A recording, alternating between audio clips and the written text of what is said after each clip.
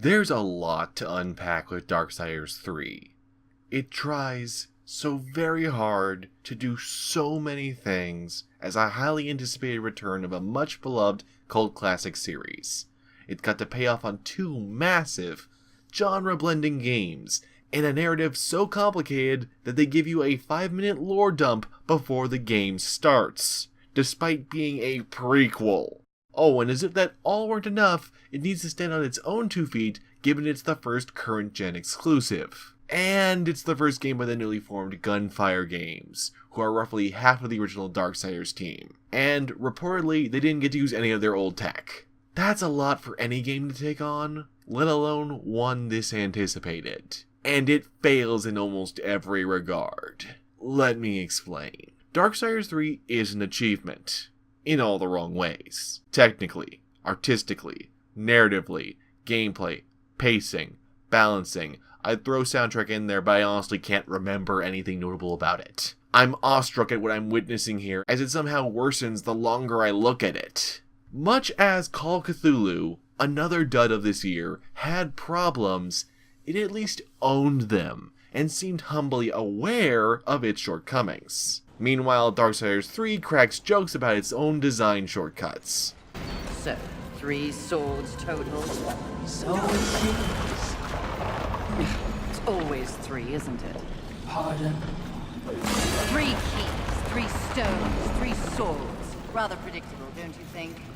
Have you lost your mind? No. I just hate it when the creator takes shortcuts. Another toy for me to play with. You're far too generous. The storm, Hollow. Use it wisely.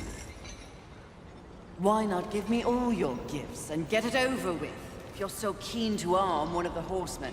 Begone!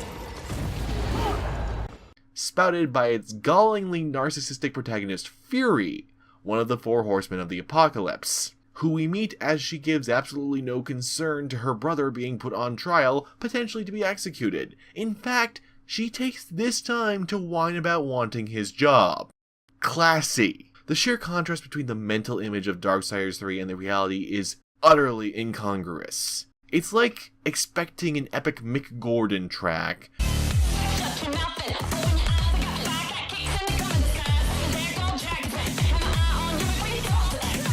but instead getting I don't like you. I really don't like you.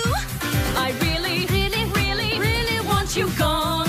no matter what you get, the fact that Darksiders 3 presents an apple as an orange is a disservice to itself. Except, at least Gallivant is still enjoyable. Darksiders 3 can't even manage being its own unique spin-off, which could have been totally acceptable if it stuck the landing. Hardcore fans might have expressed frustration, but as Gears of War Judgment and Halo 3 ODST have shown, sometimes precisely what a series needs is a change-up. But then you look at the amateurishly over-ambitious decisions made and begin to question the overall picture. Whether intended as comedic acknowledgement, the cheap delivery of this hollow humor that makes up the majority of the in-game dialogue serves as a beacon to the game design that seems outright contemptuous of the player. You see, unlike its predecessors, Darksiders 3 is not a Zelda-like.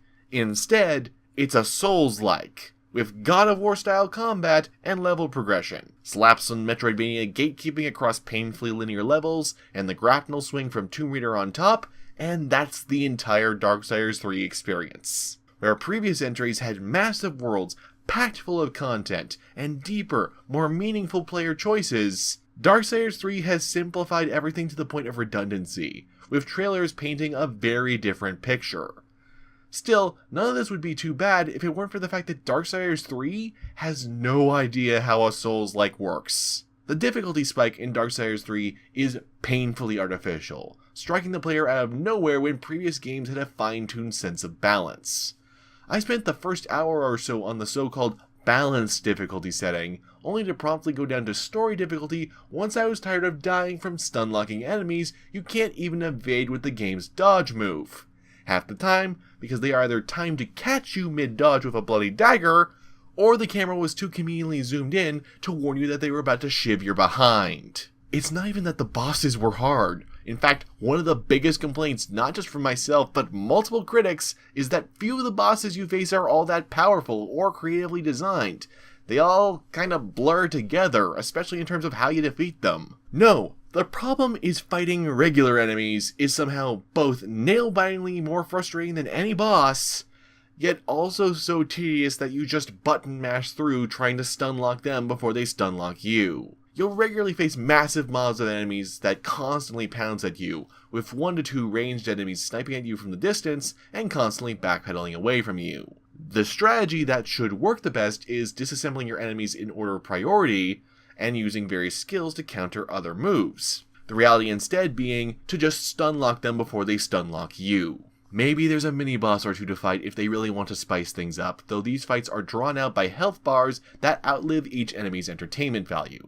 There's no new tricks to learn, and often the only genuine surprises presented just flip you off, such as a mini-boss's death causing an explosion so powerful it can kill you, forcing you to start the fight over. Why would you expect that the developers would just grind this newly started level's progression to a sudden halt, for no good reason other than apparently to snicker at you for not expecting this? The enemies you wail through before this are clearly intent as experience fodder for if you're struggling with this fight, not unlike the opening area in the first Dark Souls, to the point of even having an army of skeletons.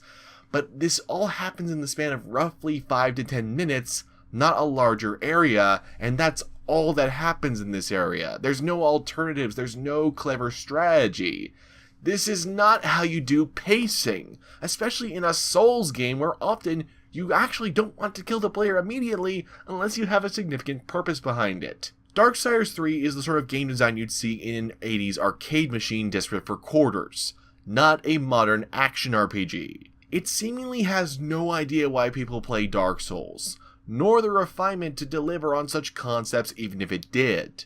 A Souls game is about patience, measured combat, small-scale yet meaningful encounters, and most importantly of all, teaching the player through failure. It's purposeful, plodding, and absolutely not paced like a God of War game which is all about instant gratification amid hundreds of enemies torn apart by your savage will, which is emphasized even further by a protagonist who is all about aggressively getting in everyone's face. She is not the character for a Souls game. She is all about being aggro 24/7.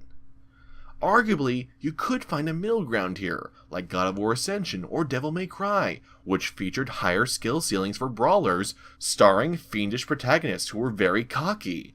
But those are both still linear set-piece action games, not a game pulling double duty as a Souls-like action RPG and a Metroidvania with fundamentally different level design. Another element that Darksiders 3 struggles with, leading to tedious navigation, offering little enjoyment or exploration to be had. What you're left with are encounters that either feel too slow or ridiculously aggressive, neither fully clicking. At best, it's tolerable but never satisfying. Things get worse with the absurdly zoomed in camera making it impossible to keep track of even 4 enemies at once, yet you're supposed to regularly dodge at just the right moment to get a critical hit against them, which admittedly not a bad idea, a good idea to lift from Bayonetta. This works fine when facing most bosses, as their attacks are obviously telegraphed, not with the smaller enemies darting around.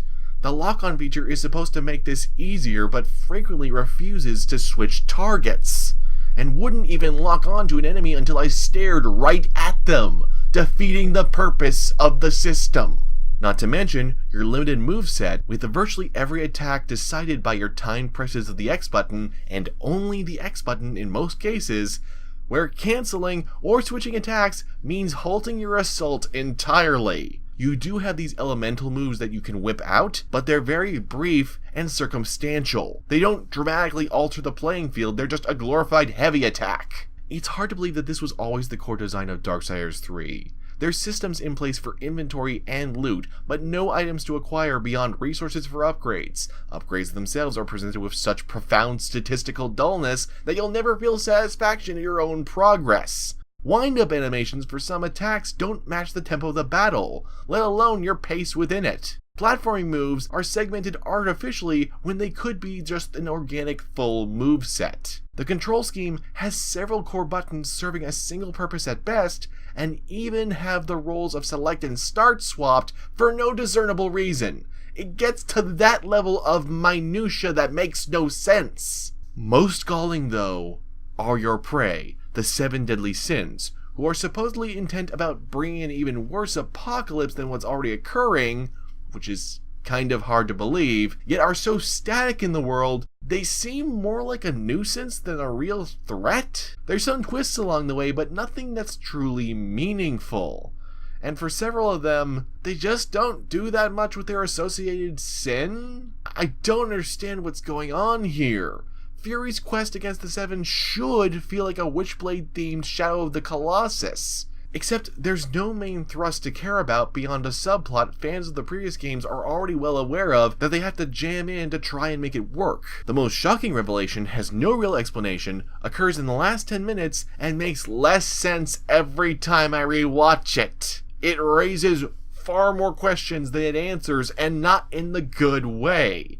At best, it means if this game somehow gets a sequel, Darksiders 4 might be a shooter. If it gets a sequel. None of these elements fit, and I could go further. There's narrative inconsistencies, a really annoying blur effect around fury and foliage that will make your eyes twitch if you focus on it, level loading issues that include whole chunks of the environment just not being there, a serious underutilization of Metroidvania progression that makes me wish these elements were just cut entirely, and an embarrassing amount of mid-gameplay loading screens, even in areas with combat encounters. But I think you get the point.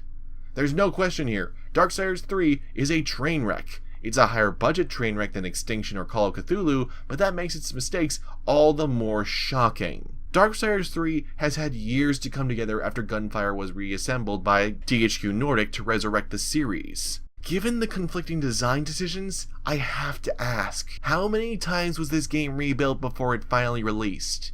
This doesn't seem like this was the originally intended product. And if it was, that concerns me. Obviously, the way back originally planned cooperative third entry was too much to ask for from a just started studio.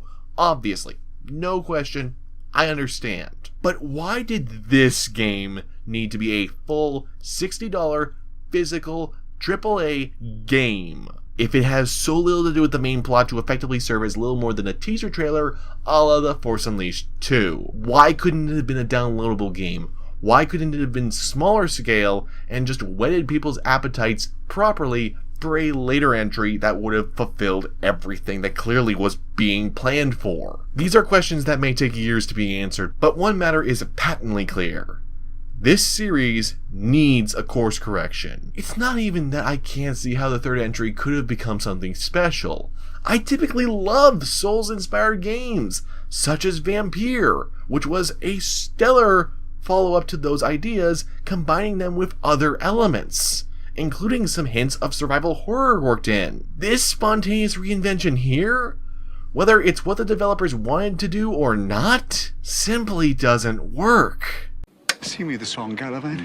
It's the only thing that'll make me feel better. If I sing you the song, will you shut up? Way back in days of old, there was a legend. Oh, do it for real. About a hero known as Gallivant. Square jaw and perfect hair. Down is acted there. There was no hero quite like Gallivant. Tough, plus every other manly value.